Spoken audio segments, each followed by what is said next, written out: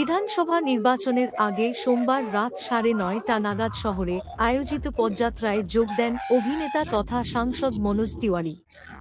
CSE bus stand থেকে শুরু হয়ে মিছিল নন্দী বাগান বাজারে যায় এবং সেখানে জনসভা হয়। উত্তর হাওড়ার প্রার্থী উমেশ রায়ের সমর্থনে এই কর্মসূচি বলে জানিয়েছে দল। প্রচারে মনোজ তিওয়ারি নির্বাচন ব্যবস্থার স্বচ্ছতার কথা তুলে ধরে বায়োমেট্রিক পদ্ধতির পক্ষে মত দেন। পাশাপাশি ভুয়ো ভোট নিয়ে কটাক্ষ করে ভোটারদের সচেতন থাকার আহ্বান জানান। রাজনৈতিক মহলের মতে জনসংযোগ ও প্রযুক্তির বার্তা মিলিয়ে ভোটের আগে শক্তি প্রদর্শনেই জোর দিচ্ছে বিজেপি। খবর.com हावड़ा।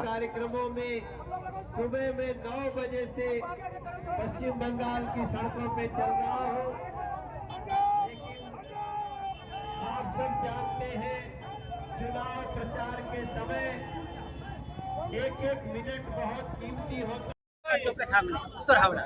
जल निकासी হচ্ছে উত্তর হাওড়া সবথেকে বড় সমস্যা, মানুষের সুরক্ষা হচ্ছে বড় সমস্যা। চারদিকে নোংরা, পুরো হাওড়া শহরটাই আবর্জনার স্তূপ হয়ে গেছে। আপনি যে কোনো ওয়ার্ডে ঢুকুন, বৃষ্টিতে জল জমে, গলিগলিতে নোংরা আছে। আর এর জন্য দায়ী নিজে গৌতম চৌধুরী। 2013 থেকে 2026 পর্যন্ত হাওড়া জেলার সাফাই বিভাগের সমস্ত দায়িত্ব ওনার কাঁধেই ছিল। উনি নিজের কাজ করতে ব্যর্থ হয়েছেন। এই ব্যর্থতার জন্য ওনাকে মানুষ এবার জবাব দেবে।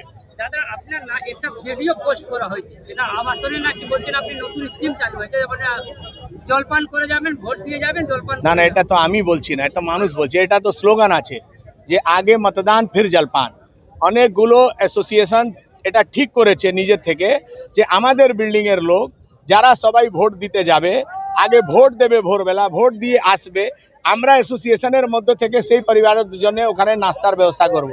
এটা বিল্ডিংয়ের লোক নিজেদের মধ্যে ভোট প্রতিশত বাড়াবার জন্য, তারা মানুষকে উৎসাহবর্ধন করার জন্য এই ব্যবস্থা করছে, উৎসব পালন করবে। এটা লোকতন্ত্রের একটা বড় উৎসব।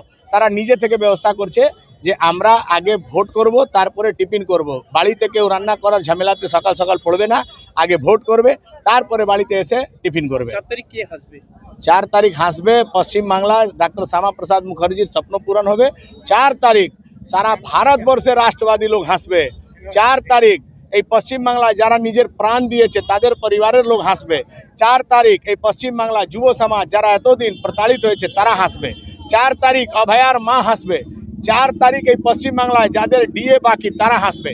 4 তারিখ রাজ্য সরকারের কর্মচারীরা হাসবে যারা 7th পে কমিশন পেতে চলেছে।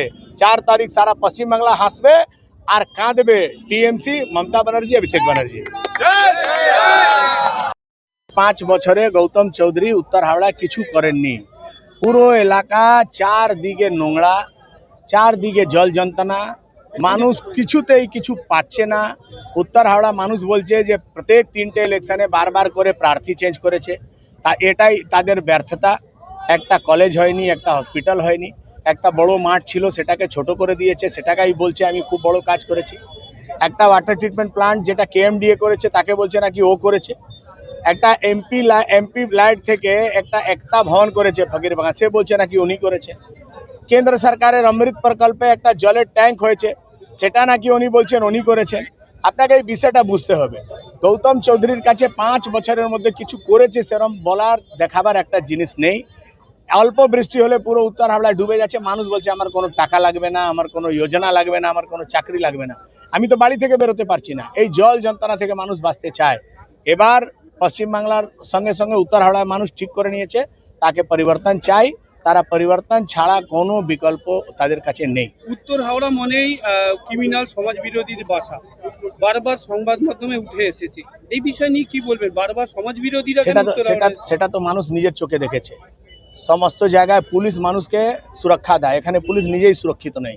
যিনি এমএলএ তিনি থানায় ঢুকে শাসানি দেন পুলিশকে। ওনার চেলা ক্রিমিনালরা পুলিশকে মারে।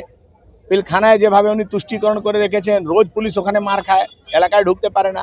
থানার সামনে ওসি মার খায়, লিলুয়াতে গুলি খায় পুলিশ। এইরকম অরাজক মাহল আর মানুষ দেখতে চায় না। যে পুলিশ নিজেই সুরক্ষিত এসে আপনাকে সুরক্ষা দেবে। এর আগে দেখা গেছে পেছনে ক্রিমিনালকে নিয়ে ঘুরে বেড়াচ্ছে, খুনের আসামিকে নিয়ে। মানুষ কিভাবে নিচ্ছে? দেখুন, আমার আশা ছিল যে এবার টিএমসি অন্তত ক্রিমিনালদেরকে টিকিট দেবে না, কিন্তু এবার কৈলাস মিশ্রা আর গৌতম চৌধুরীকে টিকিট দিয়ে এটা প্রমাণিত করে দিয়েছে অভিষেক ব্যানার্জি, তাদের ভরসা ক্রিমিনালদের উপরেই আছে। গৌতম চৌধুরী আবাসন সিস্টেম চালু করেছে, কি সেই সিস্টেম? ওই আবাসন সিস্টেমে তালা বন্ধ করবে, মানুষকে ভয় দেখাচ্ছে। মানুষকে লাস্ট 2024-এর নির্বাচনে বিল্ডিংয়ে তালা বন্ধ করেছিল, ভয় দেখিয়েছে ভোট দিতে যাবেন না, যদি আপনি আমাকে ভোট দিতে চান ভোট দিতেই যাবেন না। এই সব যে ওনার কাজ, এবার কোনো কাজে লাগবে না। একটা ফলস ভোট মারতে পারবেন না আর একটা লোককে আটকাতে পারবেন না। মানুষ ইভিএম মেশিনে গেলে গৌতম চৌধুরী হবে জিরো।